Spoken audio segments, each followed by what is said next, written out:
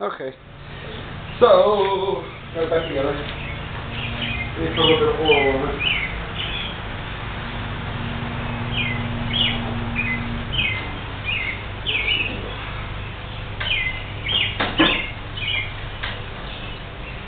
That's so big. It's going to take me 3 hours to do this like this.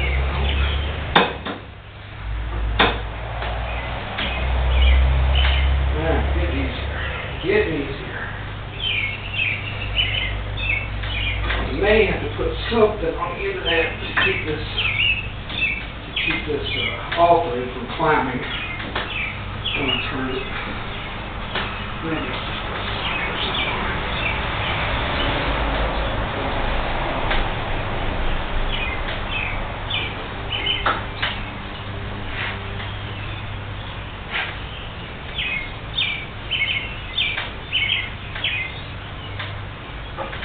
There we go, now it'll get easier. Okay.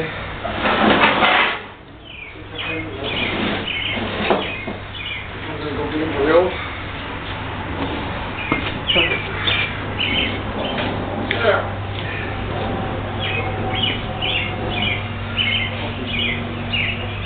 I don't think that's big enough on that one. This one.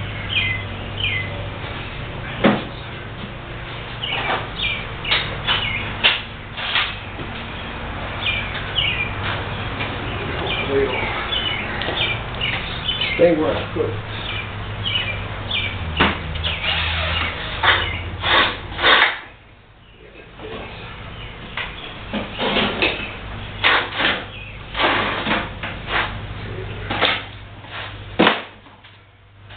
Alright, pull this camera off. Alright, here we go. Now, really? Alright. Where can I set this camera? Well, I'll set it right there until I tighten this chuck up. This thing doesn't want to turn. Okay, camera back. Guess I need more oil.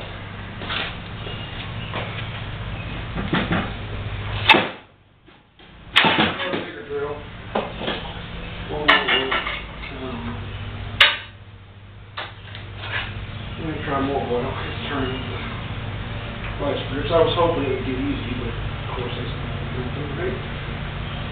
Okay, so.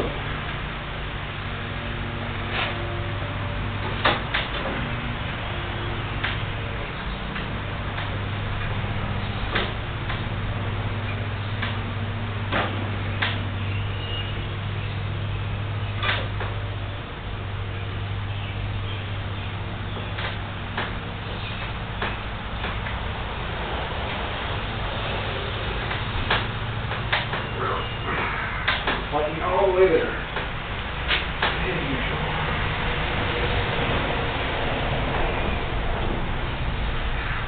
Can't.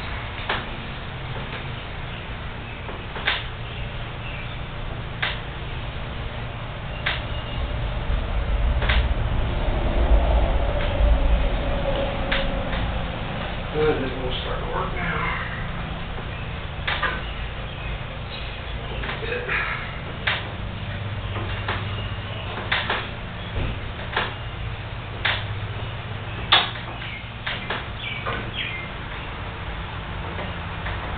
Everything.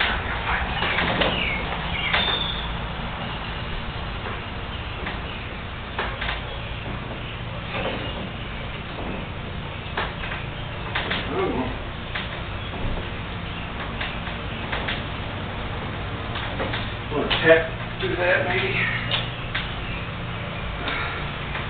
I'm just bring up the gloves a bit here so that it's dried up.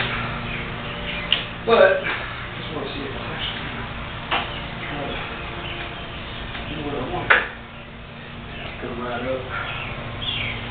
Going to ride up off of that. So, weld me something to that to hold it in place.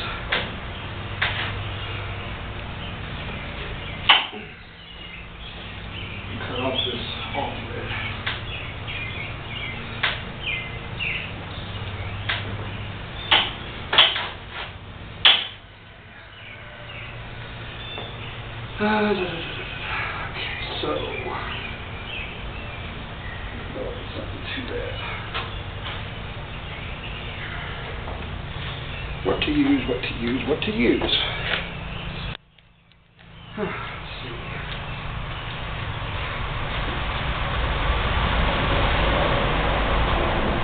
Anything.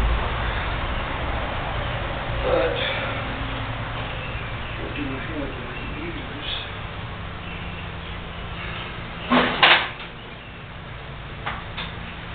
I'll use a good socket. I'll use a cheap junky socket.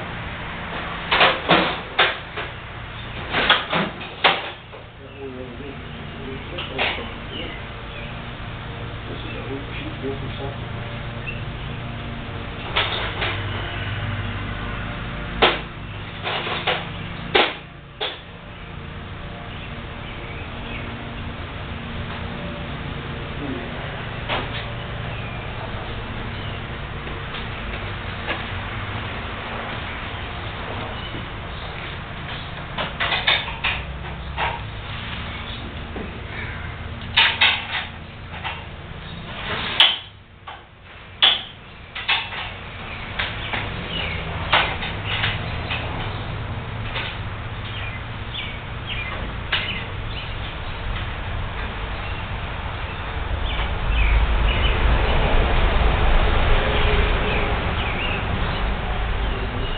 Right there. Right there.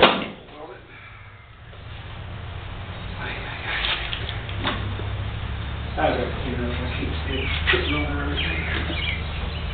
The nerves.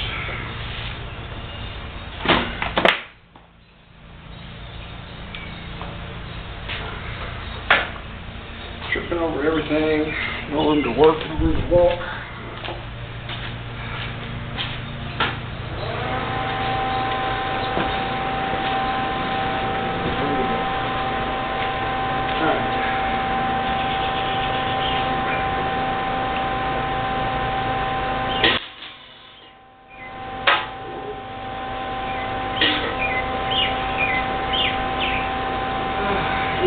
Good welder. This might, my end is missing. My son lost it. Because, I don't know why.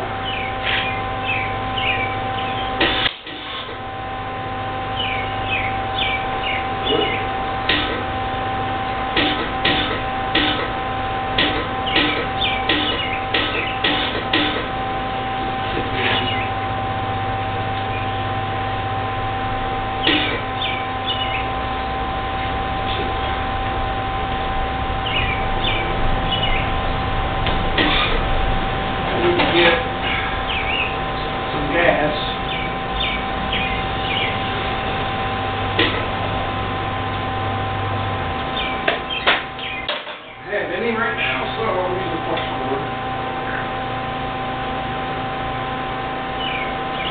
You can also call it flux.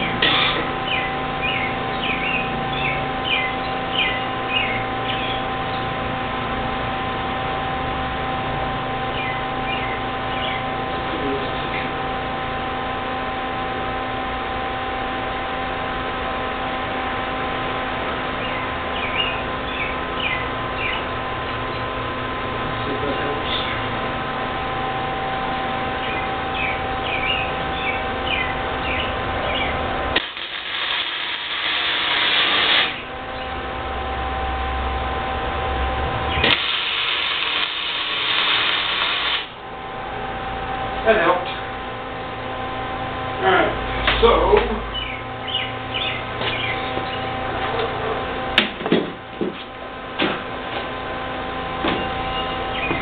think I'm ready to pull it in. Before I grab the camera, let me try and see if it's actually going to work. There's that number one.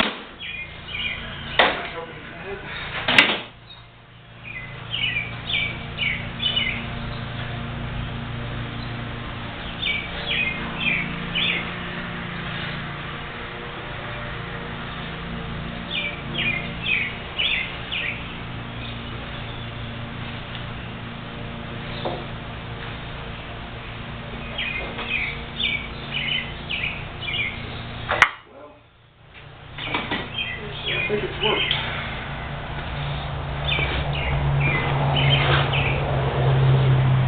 Well, hell yeah. Okay. I was going to go buy a $70 piece of metal to pull that in, and I think that worked. Let me get this out of the way and I'll get the camera. It definitely worked good. So, and I didn't waste any of my material because I can grind all them welds down and still use that. So, let me get another clamp off.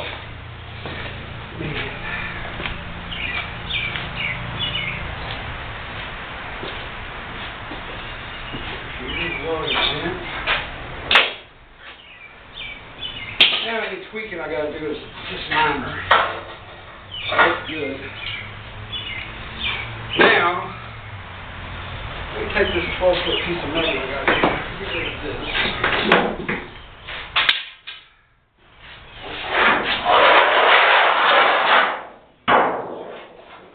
12-foot sheet of aircraft aluminum. Here. This is basically my straight edge.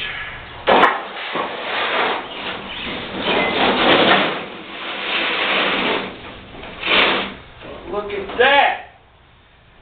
Damn! Love it when a plane comes together. Alright. Think outside the box, people. Alright, now, let me pull this off. And you can see it's pretty damn straight. All the way down. The rest of that can be, I mean, it's actually, it can go in just a little bit more. You go in, but it's pretty damn straight now. I can take that, once I weld my other pieces to it, take that to a machine shop and just have them true that edge up for me. And I'd have a perfectly straight edge. But let me pull this back and show you how far off it was. And just doing that 15 minutes of work basically just saved, like I said, I was going to go spend $75, $80 on a thicker piece of metal to straighten this out. But you can look at the gap. Look at the gap down there. And look at the gap down there. And I haven't even pulled it out all the way. Let me pull this out a little bit more and show you just how easy. Now, I don't know you machinists out there. I'm not a machinist. I'm just a guy in the garage trying to save about $9,000. But you can see that gap. And you can definitely see that gap. Now I'm going to pull this back in and pull that gap away. And the good part is now nothing's in my way to keep me from welding. I don't have a bunch of clamps sitting in my way. What I might do, and it'll be too late once I post all this because I'll already be done, but I'm sure some of you machinists out there are shaking your head, which is okay. But what I'm going to do is I'm going to bend it a little bit with this, and then when I weld it, hopefully it'll release. It'll have some relief when it comes back. It won't try to straighten it straight. So right now, that gap is just a little bit. So we go over, and I'm touching at both ends. Oh man, I couldn't ask for anything better than that right now. Well, yeah, I could. I could ask for the weld not to break. That's okay. I'm happy. I am happy. You see how much force? You see how much force that had on it, though? It snapped that weld off. That's how much force that had on it. So I welded top and bottom this time, but it had a lot of force that was caught having to straighten that out. So if I hadn't tried to overdo it, probably wouldn't have snapped that. But I'm happier than hell right now, so it's all good. Like Christmas. Alright, so we're gonna re-weld that top and bottom. Make it a little bit stronger. I'm very happy. Very, very happy. Okay. So shut the video off for a minute, fix this, and